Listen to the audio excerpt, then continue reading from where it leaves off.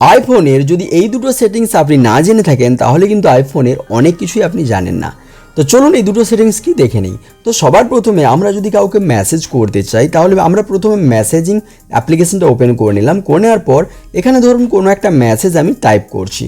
এই মেসেজটা টাইপ করার পরে আমি যদি এই যে সেন্ড বাটনটা রয়েছে এটাতে চেপে ধরে রাখি, এখানে ইনভিজিবল লিঙ্ক বলে একটা অপশান পাবো। এটাতে যদি আমরা ক্লিক করে দিই, ক্লিক করে দেওয়ার সাথে সাথে এই লেখাটা কিন্তু ইনভিজিবল হয়ে যাবে এরকমভাবে। এরপর যদি আমি সেন্ড করে দিই তাহলে সামনের জনকে এই লেখাটা পড়ার জন্য সিম্পলি এর ওপরে এরকমভাবে সোয়াইপ করতে হবে, তাহলে কিন্তু সে পড়তে পারবে। চলুন চলে যাই সেকেন্ড সেটিংটার দিকে। সেকেন্ড সেটিংটার জন্য আমরা কি করব, দেখুন কোনো একটা মেসেজ টাইপ করেছি এবং ভুলবশত আমাদের কিছু টাইপ হয়ে গেছে বা ডিলিট হয়ে গেছে, তাহলে আগের অবস্থাতে ফেরত যাওয়ার জন্য ফোনটাকে নাড়িয়ে নেব।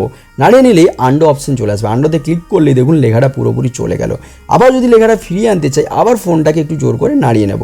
তো ফোনটাকে নাড়িয়ে নিলেই এখান থেকে আমি আবার রিডো অপশন পেয়ে যাব। তো এরকম নাড়িয়ে নিলাম, দেখুন রিডো অপশন পেয়ে গেছি। রিডোতে ক্লিক করার সাথে আবার লেখাটা কিন্তু চলে আসবে। এরপরে কিন্তু আমরা এটাকে সেন্ড করে দিতে পারবো। তাহলে এই দুটো সেটিংস যদি আপনি আগে না জেনে থাকতেন তাহলে অবশ্যই কিন্তু ভিডিওতে একটা লাইক করে এরকমই আইফোন সংক্রান্ত তথ্য পাওয়ার জন্য চ্যানেলটিকে সাবস্ক্রাইব করে নেবেন।